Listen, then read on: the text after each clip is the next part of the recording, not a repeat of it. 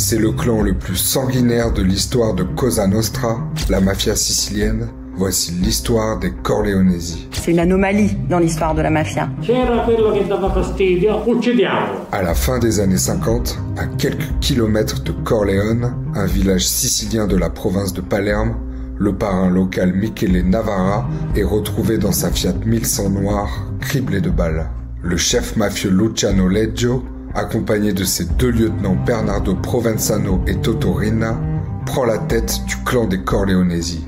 Alors que Luciano Leggio purge une peine de prison à vie pour le meurtre de son ancien boss Michele Navarra, c'est au tour de son lieutenant Toto Riina de prendre la tête du clan. Surnommé le Fauve, Toto Riina a un objectif en tête: rivaliser avec les clans de Palerme qui contrôlent le trafic d'héroïne vers les États-Unis. Toto Riina place ses pions pour asseoir son influence sur Cosa Nostra. Il tisse des liens à l'intérieur de chaque clan pour préparer son attaque contre les parrains palermitains. Le soir de son 42e anniversaire, Stefano Bontate est mitraillé dans sa voiture par des tirs de Kalachnikov. 2 semaines plus tard, c'est au tour d'un autre chef palermitain, Salvatore Incerillo, assassiné alors qu'il sortait de chez sa maîtresse. Du jour au lendemain, les palermitains se sont retrouvés attaqués aussi par des gens de leur propre clan. Et ça donnait lieu à un bain de sang qui a duré presque 2 ans. Les Corleonesi sortent vainqueurs de cette guerre qui fait plus de 1000 morts. Toto Riina devient le parrain des parrains de Cosa Nostra. En 1982,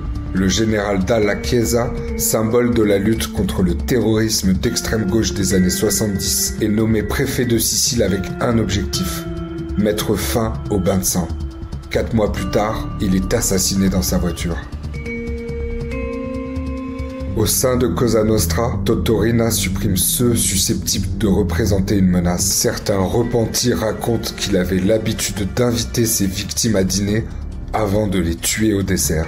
Parmi les hommes forts autour de Toto Riina, il y a son beau-frère Leoluca Bagarella, son vieil ami Bernardo Provenzano, Matteo Messina Denaro dit Le Maigre, Vito Vitale, Giovanni Brusca surnommé entre autres l'égorgeur de chrétiens et Gaspare Mutolo. L'Italie s'arme pour lutter contre une mafia de plus en plus sanglante. Elle crée le délit d'association mafieuse, le statut de collaborateur de justice et durcit les conditions carcérales pour les mafieux. Certains d'entre eux, en fuite pour échapper à la folie meurtrière de Toto Riina, décident de collaborer avec la justice. C'est le cas de Tommaso Buscetta, surnommé le boss des deux mondes, qui devient le premier mafieux d'importance à briser l'omerta.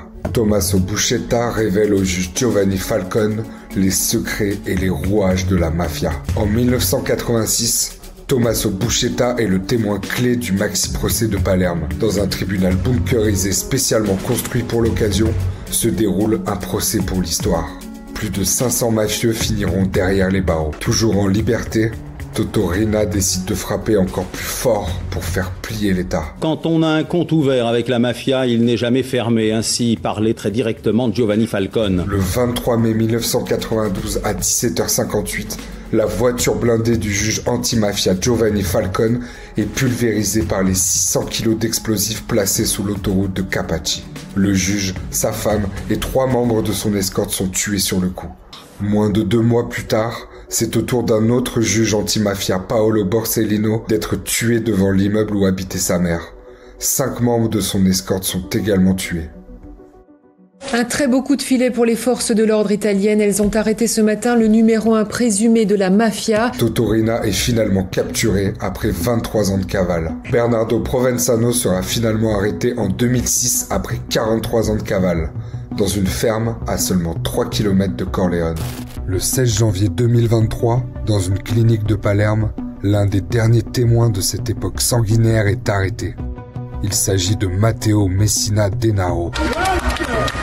Bravissimi, bravi.